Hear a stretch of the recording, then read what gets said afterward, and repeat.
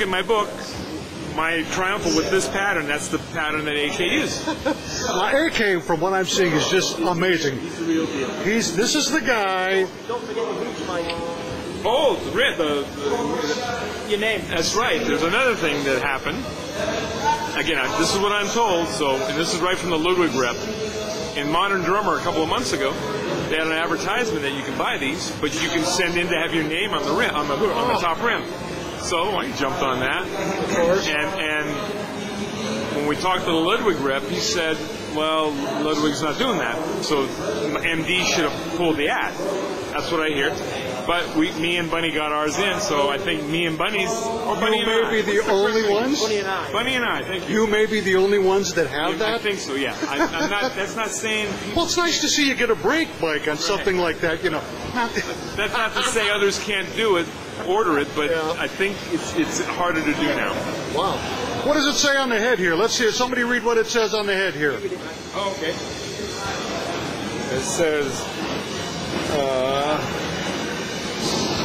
Dave, you got that damn drum. No. Dave, best wishes. Enjoy this drum. William F. Ludwig III, May 2009. So, I mean, you can't get much better than that. Beautiful drum, Dave. You ought to be proud of that. That's great. Now let's move on to something that neither of these guys own, which is very unusual for them not to own something very rare and interesting. Mike was going to tell us about this drum in the middle. You may have seen it in the books. You, I believe, own one or two of these. This is probably a late 20s. It's marble pearl, and it's pretty rare. And my good friend Steve Maxwell has it at his booth. He's selling it. He let me take it to give you the interview. Now that is the technical name, marble pearl? No, I'm sorry. Streaked opal. Streaked opal, that's what I thought. Okay. Marble for something else. Streaked opal, sorry. And it's not around for a long time, pretty rare finish. This is, I think, it might be the classic gold finish.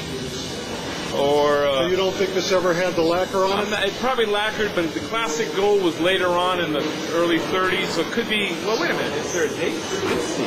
Hold on. He's looking inside the drum. No, there's no date, but sometimes it's hard to tell if it was buffed to brass and lacquered, or the lacquered from the factory called, I think, classic gold. Yeah. It's all there, all correct. Streaked opal is like a pretty rare finish. And Steve's selling it at his booth. He let me take it to give you the interview. He's speaking of Steve Maxwell, another prominent collector, and he has a couple of shops. One here in Chicago, and the other is what, in New York? 7th and 48th, I think. Or 48th to 7th. However. So if you're in that area, stop in and see Steve Maxwell. He's provided collectors with a lot of primo drums. In fact, at one time I called Mike about a drum for my birthday. I think somebody's going to give me a Black Beauty. He hooked me up with Steve Maxwell, and Steve immediately called me back with something that was way out of my price range, but he got right on it, and he could find those drums for you. Steve Maxwell. We're going to bring Dave back in here. He's got another astounding story. This is really, now, we've saved this for last. This is a two-part story. They're going to explain it. In fact, I'm going to turn over the mic, and you guys just set this up for the folks. And tell, this is a drummer's dream, and when you find out what it is at the end, you're gonna faint. So here we go. All right. So about like this. Okay. So a couple of months ago on eBay, eBay UK, I think it was. There was this drum that I saw. I've been looking for a 6.5-inch artist model, 10-lug nickel over brass Slingerland artist model, because I got a 4 and a 5. I wanted to round out the set with a 6.5. So I see this drum that looks like it, but it's painted black. So I bid on it. I win it for 50 pounds, which is like, what, 75 bucks, something like that? And then the guy says he's not going to ship it to America. He says maybe I'll consider a local shipping only. So I email my friend Dave here and see, and then Dave emails him the address and say, okay, can you do this? I'll pay for it right now. Just ship it to this guy. And he says, nah, pick up only. So then Dave tries to get his friend Alan to see how far away it is, and it's like way too far. So the deal takes a dump. I neg the guy and get on with life. So then, from what I hear from Dave, this is his part now. It resurfaces on eBay, and I saw it, and someone bought it, and then Hi, a couple of months go by after I hear from Mike about this drum, and I get a telephone call from someone that I've never met that's seen all my articles in Rhythm magazine and asks me, am I interested in a drum? Of course I am, so send me pictures, let me have a look at it.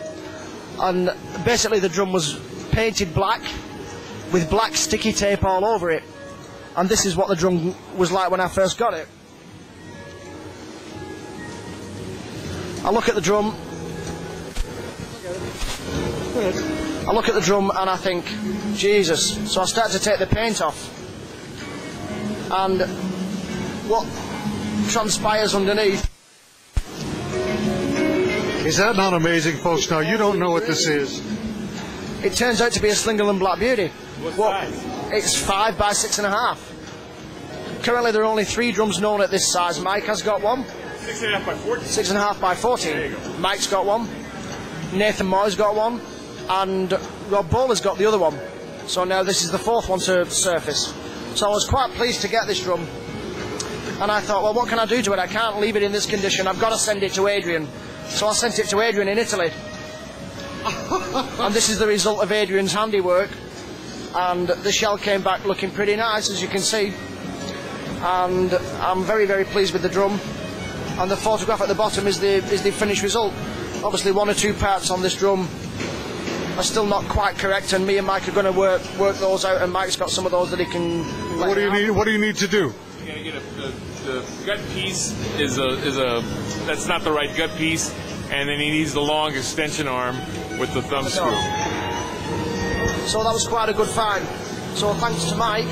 I'm sure that this was the same drum, because I don't think there was 2 of them in England, and between both of us it ends up at a good home. That is so rare. There were 3 known until this one. Now there's 4. These are Well, I'll tell you, I really hope things pick up for you guys in the next year. You know, I mean, it's tough when you just don't get it right. Sometimes things just don't happen. So, look, the 2009 Chicago Vintage and Custom Show, we're here with the top guys. Mike Currotto, Dave Brown. It doesn't get any better than this. Jim Messina out. We're going to go look for some more people. Maybe Bonnie Carlos. We'll be back.